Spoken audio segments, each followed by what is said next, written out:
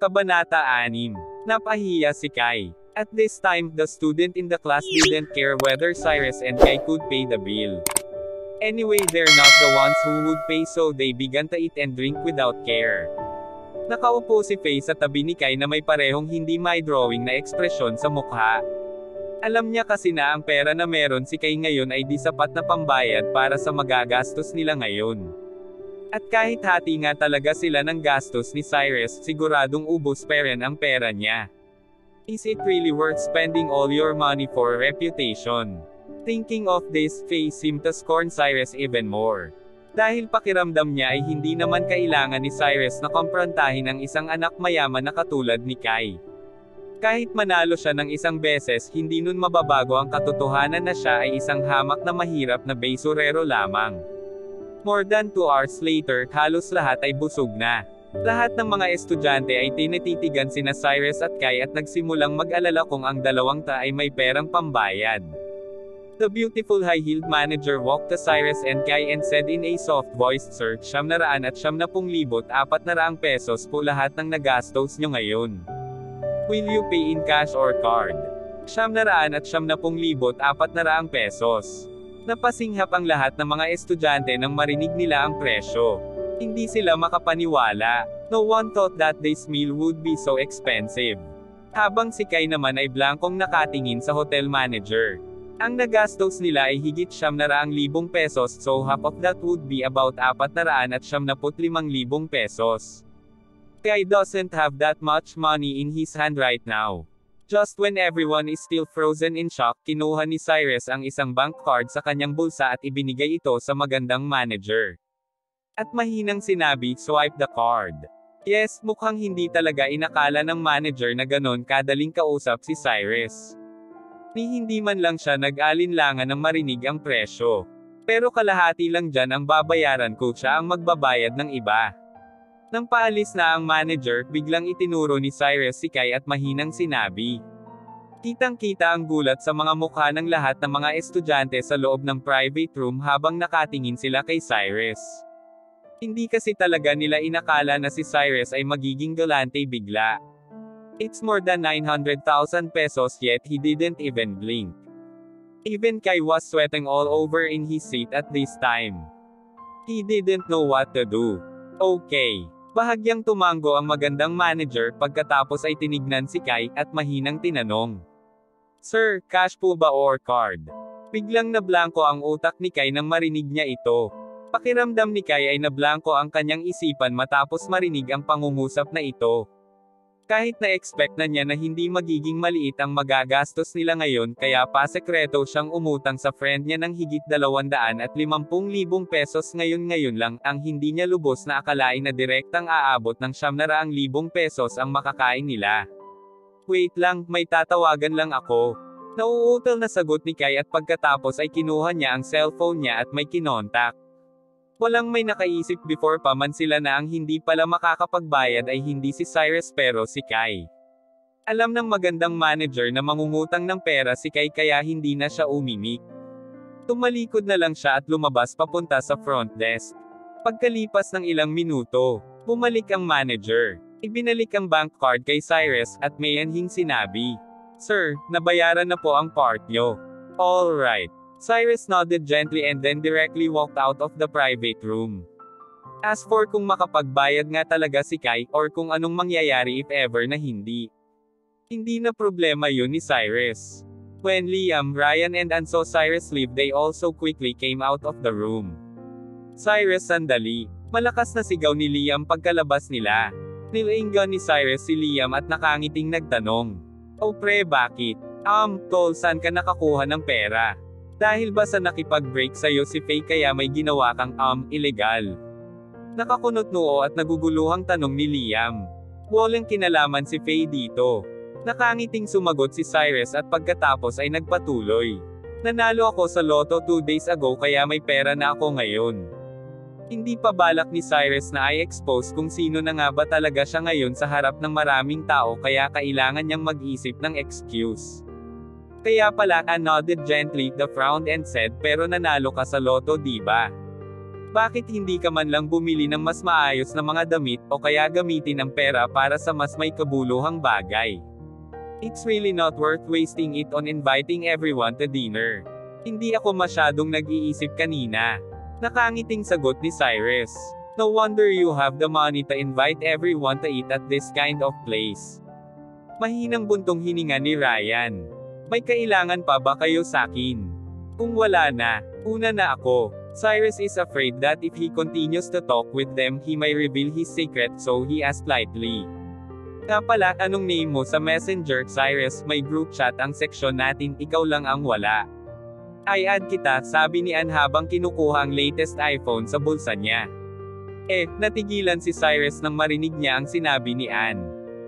Then he helplessly said, ano kasi, hindi pwedeng mag-download ng messenger sa phone ko ngayon, Kapag nakabili ako ng bagong cellphone bukas ay add kita.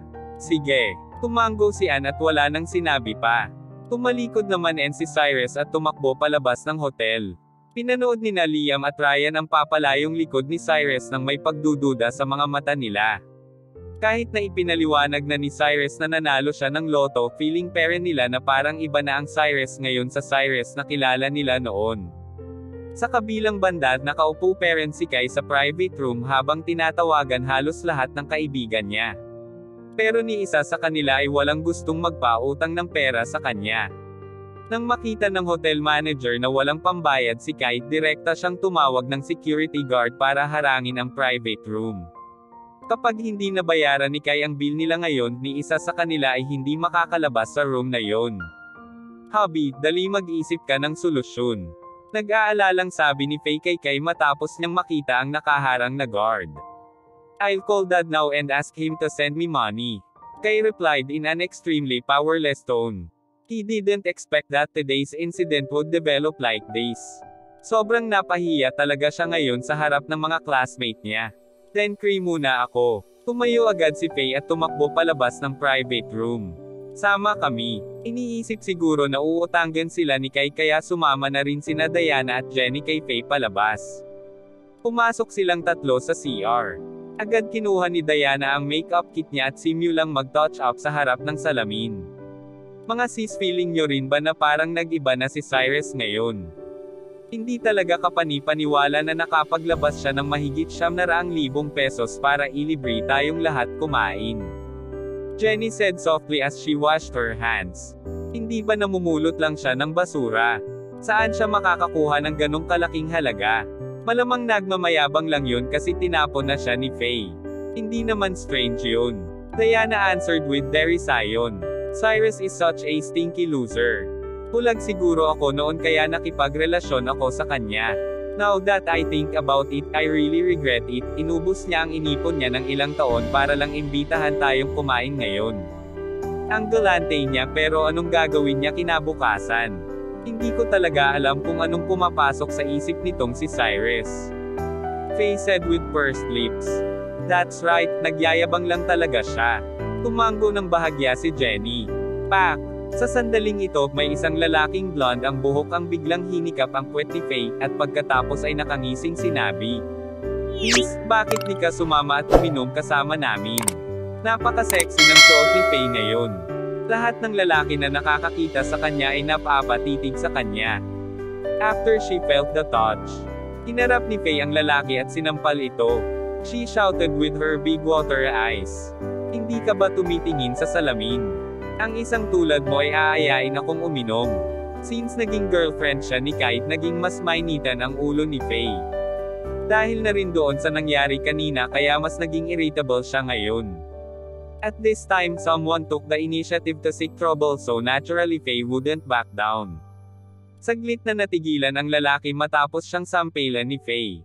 At pagkatapos ay nagngingit-ngit sa galit na sumigaw. B*******H, how dare you hit me?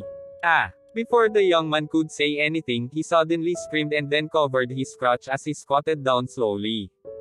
Faye just took advantage of the young man's inattention, raised her high-heeled covered foot and kicked him where it hurt the most. Sa susunod, piliin mo kung sino ang pwede mong manyakan. Hindi lahat ng tao kaya mo nang pagsamantalahan. Faye exclaimed stoically and then directly walked out of the restroom. Loser. Ang lakas pa talaga ng loob mo na ganunin si Faye ah. Pareho lang kayong nakakadiri nung Cyrus na yon. Nandidiring tinignan ni Diana ang lalaki bago lumabas na din ng banyo. Tanggi ng mga babaeng to, mamaya kayo sakin. Galit na sigaw ng blonde na lalaki habang nakasquat parent sa sahig at iniinda ang sakit. Hindi naman sineryoso ni na Faye ang banta ng lalaki at basta na lang bumalik sa private room. After entering the room, nakita ni Faye na kausap na ni Kai ang daddy niya. Medyo rinig mula sa cellphone speaker ang mga bulyo ng tatay ni Kai. Kaya tahimik ang lahat ng nasa loob. Lahat sila ay nakayuko at hindi makapagsalita. Alam ni Faye na nasa bad mood ngayon si Kai kaya di na niya sinabi na may nagmanyok sa kanya sa banyo. Makalipas ang halos kalahating oras, dumating ang papa ni Kai sa hotel. Nang makita ni Kai ang kanyang papa, tumayo siya at sinabi, "Dad, you finally arrived." Pak! Ang middle-aged na lalaki ay agad na lumapit kay Kai at sinampal siya sa pisngi. Nanlalaki ang mga mata nitong pinagalitan si Kai. "Tarantado ka. Sino ka ba sa tingin mo? Gumastos ka ng halos kalahating milyon sa isang kainan lang. Hintayin mong makauwi tayo, tignan natin kung anong gagawin ko sa'yo." Walang magawa ang mga kaklase ni Kai kundi tignan na lang siya. After all, sa tagal nilang magkakilala, ngayon lang nila nakitang sobrang napahiya si Kai. At si Kai na sinampal ng kanyang ama sa harap ng buong klase ay natural na halos lumubog na sa lupa dahil sa matinding kahihiyan. Sinisisi niya lahat ng mga to kay Cyrus. If it's not for him, mapapahiya ba ng ganito si Kai ngayon? Kabanata 7, ang mga mayayaman sa live comment section. Bago sila maghiwalay ni Faye, Cyrus spent all his money on her so the phone he's been using is an antique Nokia phone. Pwede lang siyang mag-text at tumawag sa cellphone na to, that's it. So nang ma-mention ni Ann ang tungkol sa bagay na ta, after niyang lumabas sa Grand Clear Hotel, he casually found a cellphone store and bought the latest smartphone. Hindi na concern ni Cyrus ngayon kung magkano ang presyo nito. Ngayon lang nag-sink in sa utak niya na totoo nga ang mga sinabi ni Jonathan sa kanya. Kahit hindi niya pa nagagamit ang black card ng Philippine Bank, ang mahigit 40 million pesos sa ABC card niya ay totoo. Ang ginamit niyang bank card para bayaran ang nakain nila sa Grand Clear Hotel ay yung card niya mismo. Cyrus still thinks that all this just too incredible. Bigla siyang naging tagapagmana ng pinakamayamang tao sa mundo. Kahit na siguro sa panaginip hindi niya kayang paniwalaan ta. Naglakad pa uwi si Cyrus sa nirerentahang bahay habang pinag-aaralan ang function ng kanyang bagong cellphone. Makalipas ang kalahating oras nakarating na si Cyrus sa bahay niya. Pero bago pa man niya mabuksan ang pinto, nakita niyang naglalakad papasok ang magandang kapitbahay niya na may dalang hapunan. Nakasuot ng pink na tight sleeveless t-shirt ang dalaga. Dahil sa sikip kitang-kita ang cleavage niya at ang balingkinita niyang bewang. Sa pang-ibaba niya naman, nakasuot siya ng itim na maong na short kaya naka-display talaga ang makinis at maputi niyang legs. Nakasuot siya ng light makeup kaya mas lalo pang naging delicate ang facial features niya. "Gabi na, ngayon ka lang nakauwi." Bati ni Cyrus. "You are." The beautiful woman blinked her big bright eyes and asked in a puzzled tone. "I'm your neighbor. Ikaw ang nagbayad ng renta ko kaninang umaga, hindi mo ba naaalala?" Agad na sagot ni Cyrus. "Ah, ikaw pala yun." Naalala bigla ng dalaga ang nangyari kanina pagkatapos ay pinagmasdan niya si Cyrus mula ulo hanggang paa. "What can I do for you?" "Well, maraming salamat kaninang umaga. Kung hindi mo ako tinulungan magbayad ng renta siguro napal-ayes na ako ng landlady. May pera na ako ngayon kaya ibabalik ko na ang pera mo." Nakangiting sabi ni Cyrus. "Then give it back to me." Mukhang nasa good mood ang dalaga ngayon kesa kaninang umaga kaya mas maayos siya kung makipag-usap kay Cyrus. Mabilis na dumukot si Cyrus sa kanyang bulsa. Pero sa kanya lang na-realize na hindi aabot sa 5,000 pesos ang dala niya. Kung wala ka pang pera, just forget it. Hindi naman yun ganon kalaki. Pagkatapos ay pumasok ang dalaga sa kwarto niya. "Ano kasi kulang yung hawak ko ngayon eh. I add na lang kaya kita sa WeChat tapos I send ko sa'yo yung pera doon, ano sa tingin mo?" May pambayad naman si Cyrus ngayon eh kaya natural lang na ayaw niyang may utang parent. "Sige." Bahagyang tumango ang dalaga saka inilabas ang kanyang cellphone. Kinuha din ni Cyrus ang cellphone niya at saka in-open yung WeChat app. At sa account niya na bagong register niya lang ready to add the WeChat account of the girl. Pero nang makita ng babae ang cellphone ni Cyrus, natigilan siya sandali bago mahinang sinabi, may latest cellphone ka pero wala kang pambayad ng renta. Ngayon lang ako nagkapera kaya bumili na lang din ako ng bagong cellphone. Walang-wala lang talaga ako kanina. Nakangiting paliwanag ni Cyrus. Marahang tumango ang dalaga tsaka in-add ang WeChat ni Cyrus. Pagkatapos ay tumalikod na siya para bumalik sa apartment niya. By the way miss, ano pala ang pangalan mo? Pahabol na sigaw ni Cyrus pagkatapos niyang mag-alinlangan saglit. Roxanne. The beauty replied faintly and then closed the door without asking Cyrus' name in return. Napangiti na lamang si Cyrus bago humiga sa kama at nagsimulang kalikutin ang phone niya. After all, hindi pa kailanman nakagamit ng smartphone si Cyrus kaya hindi siya masyadong pamilyar sa mga function nito. Halos isang oras in-inspect ni Cyrus ang cellphone bago niya tuluyang maintindihan kung ano-ano ba ang mga function ng WeChat. Pagkatapos ay ibinind niya ang bank account niya at sinend ang 5,000 pesos sa account ng kapitbahay niya. Matapos ma-transfer ang pera, nalaman ni Cyrus na hindi ito agad in-accept ni Roxanne. Napatingin sandali si Cyrus sa moment ni Roxanne. A moment later, medyo nagulat si Cyrus nang malaman na isang live streamer pala ang maganda niyang kapitbahay. Dahil hindi naman siya busy, sinundan niya yung nakalagay sa moment ni Roxanne kaya napunta siya sa live stream ng dalaga sa isang streaming platform. Pinindot ni Cyrus ang live at nalaman na singer pala si Roxanne. Magaling siyang kumanta tapos maganda din. Kaya may 78,000 viewers na nanonood sa kanya. Pero dahil medyo boring ang content ng live, except for casually singing and occasional chatting with viewers, hindi siya kasing sikat kumpara doon sa mga famous streamers. Mas maganda pa rin si Roxanne sa personal. Cyrus softly sighed in appreciation before deciding to close the live to go to sleep. Thank you for the rocket, Prince Cabrol. At this time biglang nagsalita si Roxanne. Natigilan sandali si Cyrus nang marinig niya ang sinabi ni Roxanne pagkatapos ay pinocus ang atensyon niya pabalik ng screen. In a blink of an eye, several rockets appeared on the screen. They must be all donated by that Prince Cabrol. Thank you for the 10 rockets, Prince Cabrol. Roxanne said softly. Although she's saying thank you, Cyrus found out that Roxanne didn't seem as excited as other female streamers. However, ang mga viewers ngayon ay naging excited. After all, 1 rocket is worth 1,000 pesos. And 10 rockets is 10,000. Mayaman siguro ang Prince Cabrol na yan kasi ang laki kong mag-donate. Sa isang iglap biglang umabot sa 20,000 ang mga nanonood sa live ni Roxanne. Ang reason yan kasi kapag may mga mayayamang nagdo-donate na bibigyan din ng konting donation yung mga nanonood.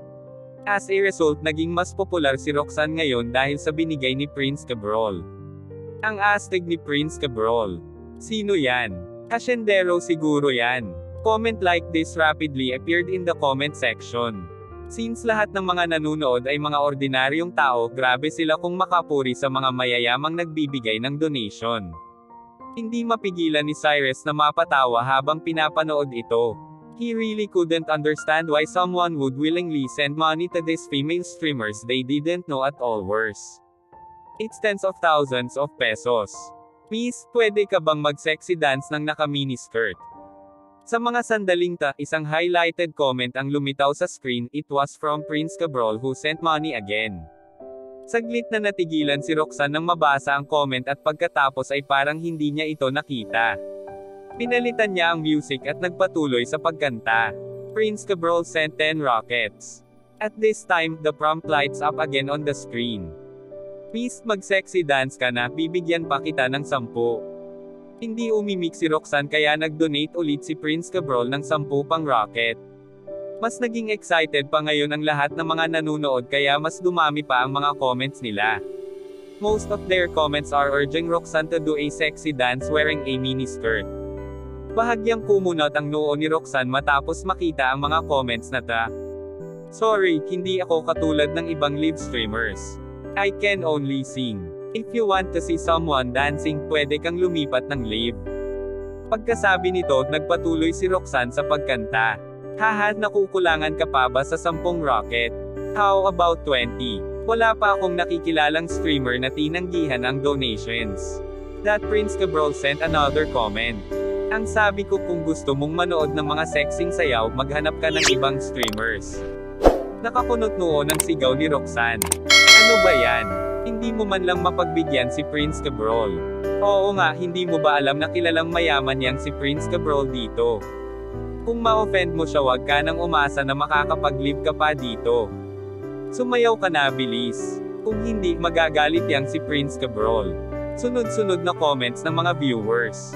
As Cyrus watched, he was surprised. Hindi niya inaasahan na walang pakialam sa pera si Roxanne.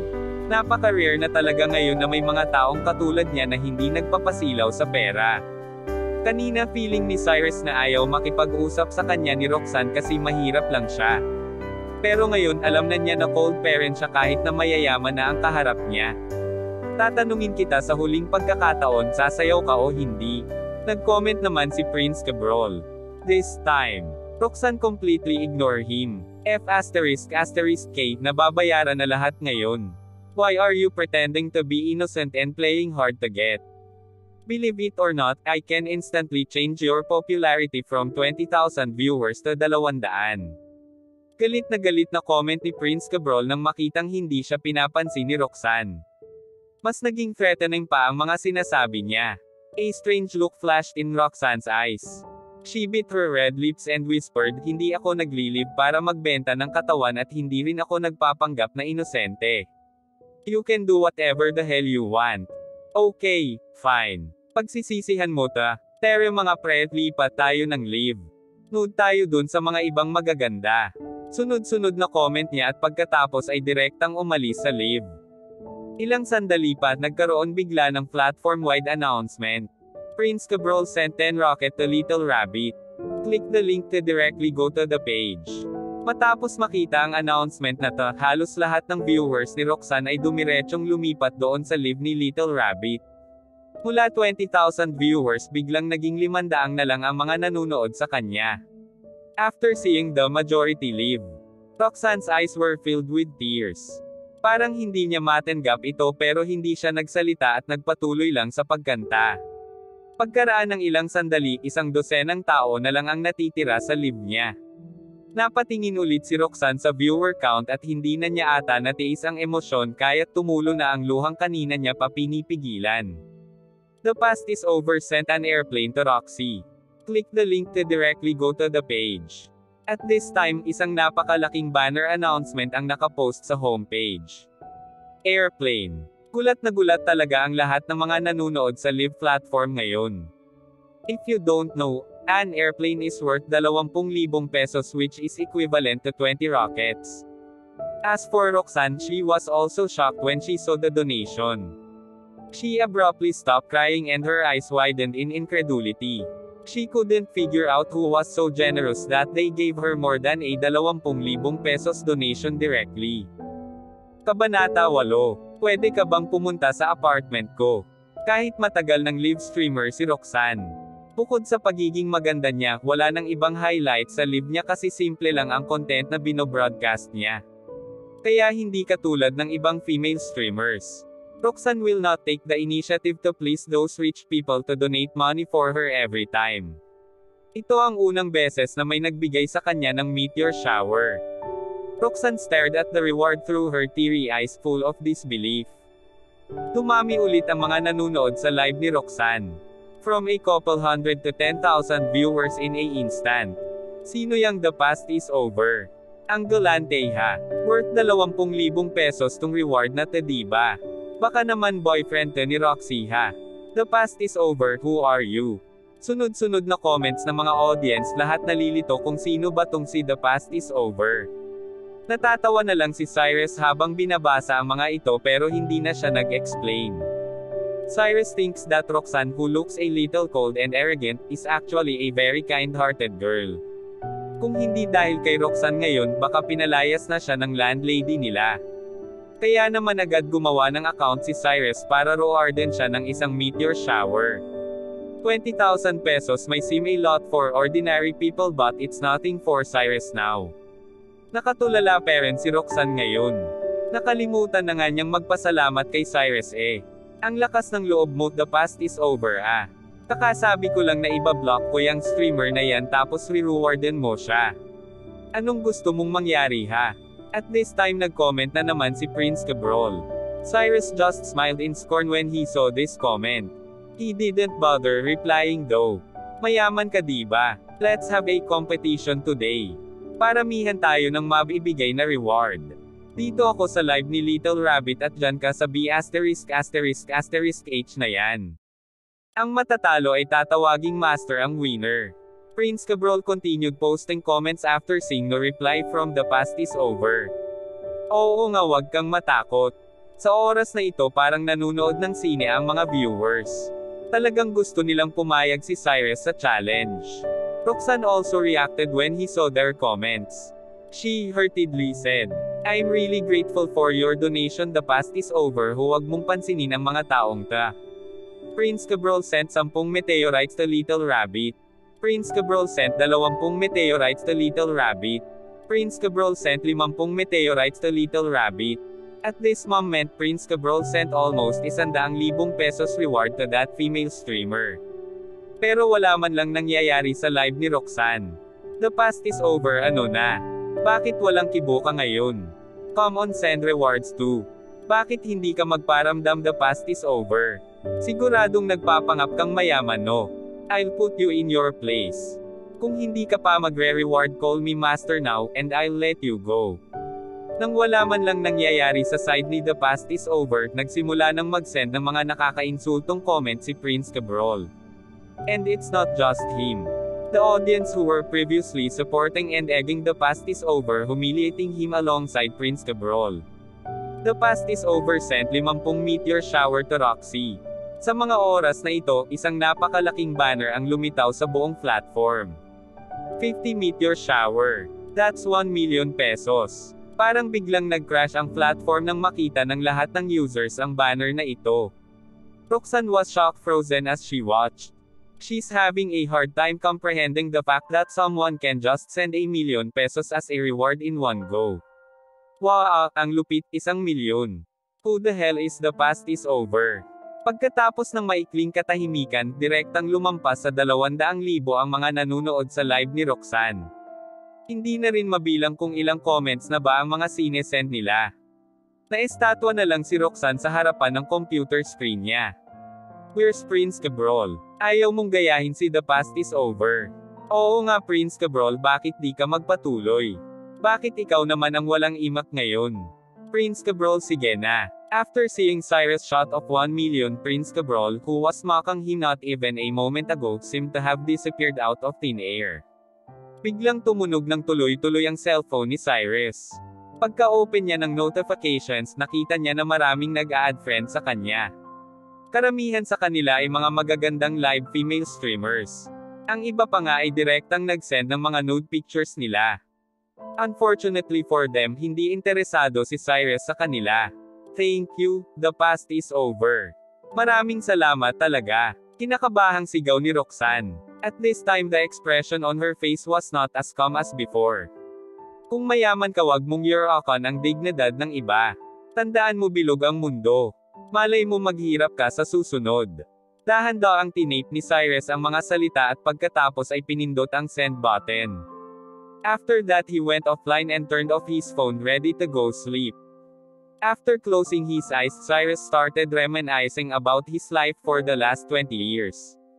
He never imagined that he would spend money so carelessly or women would take the initiative to send themselves to him. Ang lahat ng mga pagbabagong ito ay dahil sa pera. Faye, since you like money so much, if you broke up with me one day later, maybe you would become the richest woman in the world. Sa kasamaang palad, inaksaya mo ang chance na ta. Hindi mapigilan ni Cyrus na mapabuntong hininga. Ding dong. Biglang nagring ang cellphone ni Cyrus. Pinasa saglit ni Cyrus ang notification at nakita na tinanggap na ni Roxanne yung 5,000 na sinend niya kanina. Hoy, tulog ka na ba? May nag-send na naman ng message. Kinuha na ni Cyrus ang cellphone niya tsaka binasa ang chat. It's actually from Roxanne. Bakit ako China chat ni Roxanne? Hindi niya naman alam na ako si the past is over, right? Nagulat talaga si Cyrus. Mabilis siyang nag-type para replyan siya. Hindi pa bakit. Pumunta ka sa apartment ko. Ililibre kita. Bilisan mo. Mabilis na reply ni Roxanne. Let me go to her apartment. Anong pinaplano ng babaeng ka? Cyrus' expression became even more puzzled after seeing this sentence. However, after hesitating for a few seconds, he put on his clothes and went out. Sa utak ni Cyrus, maganda naman si Roxanne. Kung may binabalak nga talagang gawin sa kanya si Roxanne, hindi naman siya masyadong dehado. Knock knock. Marahang kumatok si Cyrus sa pinto. Roxanne gently opened the door and said with a smile, buti naman pumunta ka. Pasok na dali. Kabanata Siyam. May nangyari kay Faye. Pagpasok sa apartment na-realize ni Cyrus na naging OA siya kasi meron nga talagang pagkain sa lamesa. Bakit bigla mong naisip na ilibre ako? Mahinang tanong ni Cyrus kay Roxanne. Nasa good mood ako ngayon at gusto kong mag-celebrate. But since I don't have any friends here, ikaw na lang ang tinawag ko. Nakangiting sagot ni Roxanne. Pagkatapos ay ikinwento niya ang nangyari kanina sa live niya. Tahimik namang nakikinig si Cyrus tapos ay paminsan-minsang aktong magugulat kasi hindi naman alam ni Roxanne na ang tinutukoy niyang rich kid ay si Cyrus. Who do you think is the past is over? Or how old is he? Tanong ni Roxanne kay Cyrus habang kumakain. Definitely a rich person, sagot naman ni Cyrus. Siguro nga, dahil kung hindi, imposibleng makapag-donate siya sa akin ng ganon kalaking halaga. Diba? You don't know? When he rewarded me at that time I'm a little tempted, kung gwapo siya maybe I can consider marrying him. Sabi pa ni Roxanne. Natigilan sandali si Cyrus nang marinig niya ang sinabi ni Roxanne. Pagkamamaya ay nagtanong siya. Lahat ba kayong mga babae ay gusto ang mga mayayaman? Who said that? I don't like them. Roxanne quickly retorted. Eh bakit interested ka doon? Cyrus asked softly. Naa-attract ako sa kanya kasi matutulungan niya ako. Seryosong tinitigan ni Roxanne si Cyrus at seryosong nagsalita. Tulong. Bahagyang kumunot ang noo ni Cyrus. Oo, it's been a year since lumayas ako sa amin at nagtrabaho. Wala akong ibang alam na gawin kaya pinili ko na lang na maging isang live streamer para suportahan ang sarili ko. However, I never intend to sell my dignity just so I become famous. I still have a bottom line, you know. During this time a lot of people have been bullying and harassing me but no one has ever stopped out and helped me. Itong the past is over lang talaga ang nag-iisang tumulong sa akin. Mabagal na sabi ni Roxanne. Bakit ka lumaya sa inyo? Tanong ni Cyrus after makapag-react. Kasi wala lang. Roxanne casually dodged the question then looked at Cyrus and said, okay enough of me. Let's talk about you next. Hindi ko pa rin alam ang pangalan mo. Mabilis na ipinakilala ni Cyrus ang sarili niya tapos yung nangyari sa kanila ni Faye. Cyrus and Roxanne are both in a helpless situation in this city. Kahit na medyo mas maayos pa din ang buhay ni Roxanne kumpara kay Cyrus. They have a common ground to talk about so they're chatting while they eat. 2:00 na ng umaga nang nakabalik si Cyrus apartment niya. Agad siyang nagpalit ng damit tsaka natulog. 8 a.m. the next morning. Nagising si Cyrus sa tunog ng cellphone. Natarantang sinagot ni Cyrus ang tawag. Hello, pre, gago saan ka na? Bakit wala ka pa sa school? Advisor natin first class natin ngayon. Asan ka na? Nagmamadaling sigaw ni Liam. Anong oras na ako nakatulog kagabi? Cyrus could only helplessly explain before ending the call her hurrying to get dressed. Nasa college na ngayon si Cyrus at pwedeng-pwede siyang mag-cutting classes kaso hindi niya magagawang gawin yun sa klase ng advisor nila kapag nalaman kasi yun ng terror professor nila talagang patay siya. Oo, isang demonyo. Sa paningin niya, ang college advisor nila ay isang demonyita. Makalipas ang kalahating oras nagmamadaling tumakbo si Cyrus sa classroom nila. Nang malaman na nasa kalagitnaan na sila ng klase marahan siyang kumatok sa pinto. Come in. A pleasant voice sounded. Itinulak papasok ni Cyrus ang pinto at saka ninenervyos na tinignan ang malademonyong babae sa harap. Nakasuot ng puting blouse at itim na skirt ang babae, making her tall, sexy, and curvy figure more prominent. She exudes a tempting and irresistible charm all over her body. She had light makeup on her delicate and charming face, making her eyes look more soul-stirring, and her natural rosy lips are now smeared with pale pink lipstick. Her blouse and skirt really wraps her hips perfectly, proudly showcasing her bouncy behind. Because she's wearing a skirt, her long and fair legs were exposed for everyone to see, and she's wearing a pair of white high heel shoes. This woman is Cyrus College advisor Sheila Isidro. Bakit ngayon ka lang? The beautiful and attractive Sheila looked Cyrus up and down and asked in an impatient tone. Ano pa ba, baka naubos na ang pera niya dahil kagabi kaya namulot na naman siya ng basura. Malakas na sigaw ni Brian. Hahaha. Agad namang nagtawanan ang mga estudyante sa klase. Did I ask you? You better shut your mouth. Pinandilatan ni Sheila si Brian at malamig na pinagalitan. Hearing her harsh words, Brian quickly closed his mouth and became silent. It is said that Sheila had huge connection backing her, so ordinary student wouldn't dare to mess with her. Ma'am, may personal affair lang po akong inas-ikaso. Sagot ni Cyrus habang nakatitig kay Sheila. Get out and stand outside. Sa susunod na malate ka ulit, mag-drop ka na lang, Sheila ordered expressionlessly. Okay. Bahagyang tumango si Cyrus at lumabas ng classroom. Paglabas ng classroom, mag-isang tumayo si Cyrus sa hallway at nagsimulang mag-isip tungkol sa mga nangyari sa kanya nitong nagdaang araw. Feeling parent talaga niya ay nasa prank show lang siya. He didn't have any penny on him when Faye dumped him in the morning, but come afternoon and he's already a trillionaire. This still makes Cyrus feel wonderful and unbelievable. Hindi ko alam kung anong iisipin ni Faye kung malaman niyang napakayaman ko na. Napabuntong hininga na lamang si Cyrus sa isipan niya. Ring ring. When the bell rang signaling the end of class, Sheila walked out of the room with her high heels clicking. And then looked Cyrus up and down. She squinted her eyes and said lightly, Cyrus, go to the academic affair office at 3 o'clock this afternoon and help me carry something to my dormitory. Got it? Roger. Marahang tumango si Cyrus. Subukan mong malate ulit, tignan natin kung anong gagawin ko sa'yo. After saying this, Sheila turned around and walked away. Cyrus returned to the classroom with a helpless face. Pagpasok, nakita niya na absent sina Faye, Diana at ang iba pa. Pre, ano bang ginawa mo? Lakas ng loob mong malate sa klase ng advisor natin ah. Tanong ni Liam. Anong oras na ako nakatulog kagabi eh? Kaya di ako agad nagising, paliwanag naman ni Cyrus. Nawala ka ba sa sarili mo kasi nanalo ka sa loto? Nakangising SR ni Ryan, magkano ba pinalalunan mo? Sa totoo lang hindi naman ganun kalaki, 800,000 lang.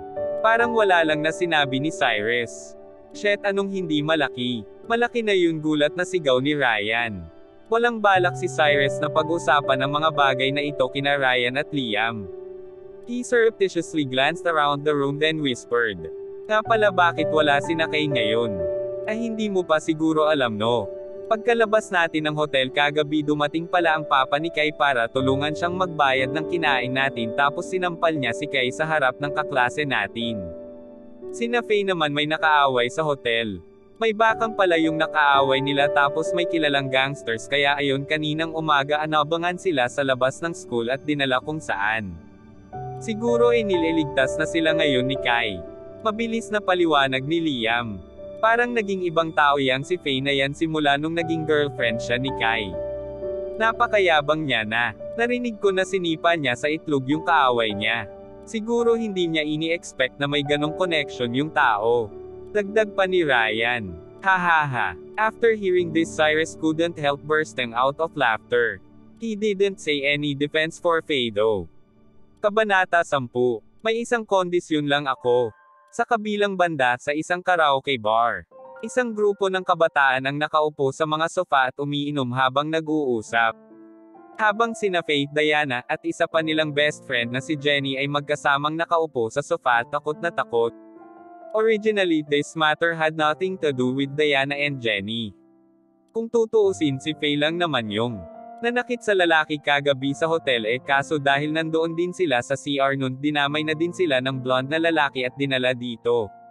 Sa mga sandaling na ito, labis na nagsisisi si Faye. Hindi niya inaasahan na magiging ganito kalaki ang family background ng blonde na lalaki. Kung alam niya lang, edi sana hindi niya ito sinipa kahapon. Ang pangalan ng lalaki ay Johnny Cabrol. Kung tutuusin hindi naman talaga siya ang dapat katakutan kundi yung kuya niya na si Mike Cabrol. Alam ng lahat na si Mike ay isang napakasikat na gang leader malapit sa Laguna University. Basically halos 70% ng mga bar at computer shop malapit sa school ay nasa pamumuno niya. If the students of Laguna University offend Mike, they will come to no good end in the end. Knock knock. Just at this time, may biglang kumatok sa pinto ng private room. Pasok. Poker face na sigaw ni Mike habang nakaupo sa isang sofa. Kinakabahang pumasok si Kai at pagkatapos ay nagbow kay Mike at nagsalita sa maliit na boses, "Boss Mike, hello po." "Ah, ikaw pala." Namukan siguro ni Mike si Kai kaya mahina siyang sumagot. Nang marinig ni na Faith, Diana at Jenny ang sinabi ni Mike parang nabuhayan sila bigla. Kung kilala nga talaga ni Kai si Mike baka pwede pa nila magawa ng paraan ang problema ngayon. "Boss, nasaktan ng girlfriend ko ang kapatid mo kasi hindi siya nag-iisip. Tutal magkakilala naman po tayo, pwede po bang pakawalan mo na lang sila? Promise, hinding-hindi mauulit ang pangyayaring ito." Mahinang pagmamakaawa ni Kai. "Haha, since you asked nicely, pwede ko tong gawin." Mike chuckled a little before continuing, "I originally intended to let my men have some fun with these women, but since they're all your friends, just forget it. Bayaran mo na lang ang ibinayad ko sa hospital para sa pagpapagamot ng kapatid ko at makakaalis na kayong apat dito." "Magkano po ba?" No choice na tanong ni Kai after niyang magulat saglit.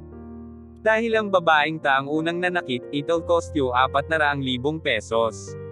Itong dalawang babaeng ta naman tig 150,000 isa sa kanila, sabi ni Mike habang tinuturo isa-isa sina Faye.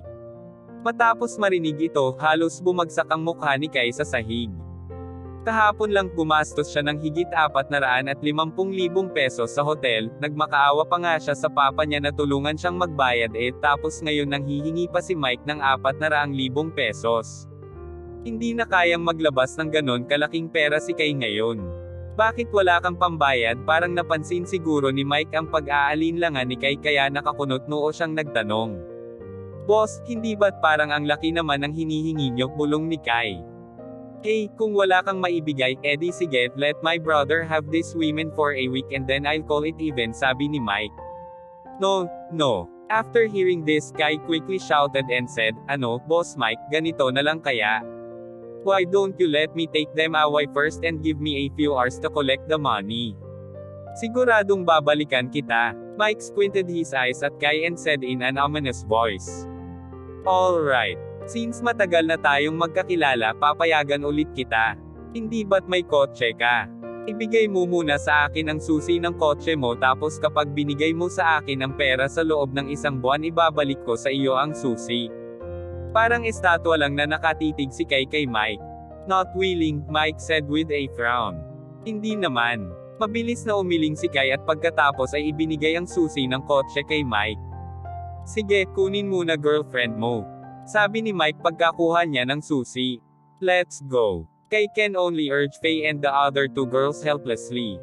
Agad na tumayo ang tatlong babae sa inuupuang sofa, Katie na umalis dito. Kaso napatigil sila nang biglang nagsalita ulit si Mike, "O kailan ko sinabi na lahat kayo makakaalis? Ang sabi ko lang girlfriend lang ni Kai. Kayong dalawa dito lang kayo." Napatigil sa sobrang gulat sina Diana at Jenny sa pwesto nila nang marinig ang sinabi ni Mike. Pagkatapos ay nagmamakaawang tinitigan nila sina Kai at Faye. "You can't just leave us here, Kai." Agad na sigaw ni Diana. Nilainggan ni Kai si Diana at napakunot noo. "Hindi ko na nga masagip ang sarili ko, iisipin ko pa bang tulungan kayo? You two better find a solution by yourselves." Walang pakialam si Kai kina Diana at Jenny. Kung isasama niya ang dalawa palabas ngayon it means na magbabayad pa siya ng karagdagang 300,000 pesos. So naturally, Kai just want to save his own hide and mind his own business. Pagkatapos niyang sabihin to direktang hinailan niya si Faye palabas ng private room. Diana and Jenny stood in the same place in a daze, extremely desperate. They didn't really expect Kai to be so unsympathetic and just leave them. "Are you two going to pay or spend a week with my brother?" Nakangising tanong ni Mike kina Diana at Jenny habang nakaupo pa rin sa sofa. Diana is pretty, her figure sexy and her usual outfits are stylish. As for Jenny, although she's a little worse compared with Diana, she's not ugly and she has huge boobs. Mike still hopes that they couldn't pay. Boss Mike, mangungulekta na ako ng pera. Nagsimulang manginig sa takot si Diana nang marinig niya ang sinabi ni Mike. Uutal-utal siyang sumagot at pagkatapos ay dali-dali niyang kinuha ang kanyang cellphone at saka nag-dial. Jenny also started contacting her other friends. Parehong nasa magandang katayuan ang mga pamilya nina Diana at Jenny pero hindi naman sila mga rich heiress katulad ng iba. Kaya para sa kanila hindi maliit na halaga lang ang 150,000 pesos. Sa loob ng mahigit 10 minuto, halos lahat ng mga kakilala nila na pwedeng tawagan ay natawagan na nila Perry ni isa walang gustong magpahiram sa kanila ng pera. Sis, anong gagawin natin? Lahat na lang nang nakontak ko sabi wala silang mapapahiram sa akin. Halos mangiyak-ngiyak na sa takot si Jenny nang nagsalita siya. Hindi ko rin alam. Wala pa akong nauutangan kahit ni isa.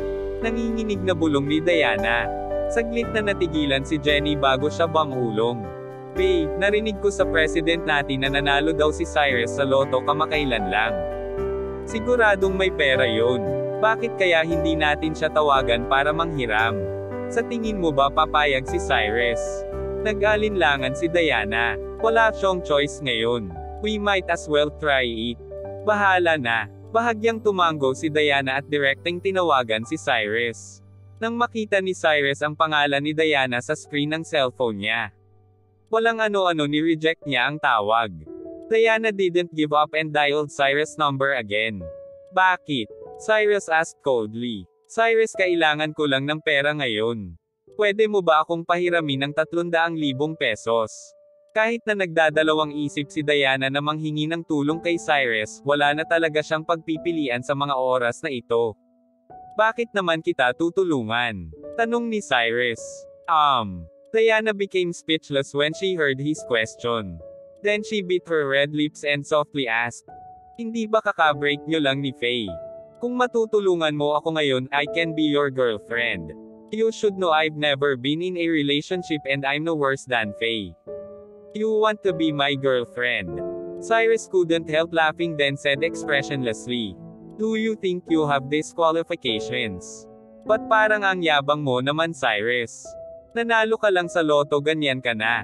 Hindi makapaniwalang sigaw ni Diana. Okay, I'm not in the mood to talk nonsense with you. Well, pwede kitang matulungan sa isang kondisyon. Magbubook tayo ng motel room ngayon at gagawin mo ang lahat ng iuutos ko sa'yo. Ano? Deal. Mabagal na sabi ni Cyrus. Nag-blush bigla si Diana. She never expected for Cyrus to make that condition. Bibigyan kita ng 1 minuto para mag-isip, sabi pa ni Cyrus. Napalingon si Diana sa kinauupuan ni Mike.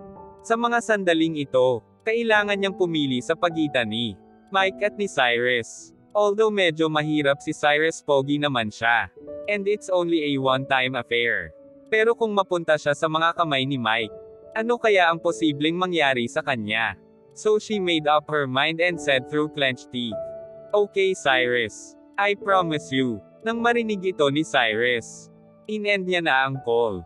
Nalungkot siya ng kaunti. Dati napakababa ng tingin ni Diana sa kanya. Pero ngayon dahil sa 300,000 pesos, pumayag siya na mag-book ng motel kasama niya. Sometimes money really can change a lot of things.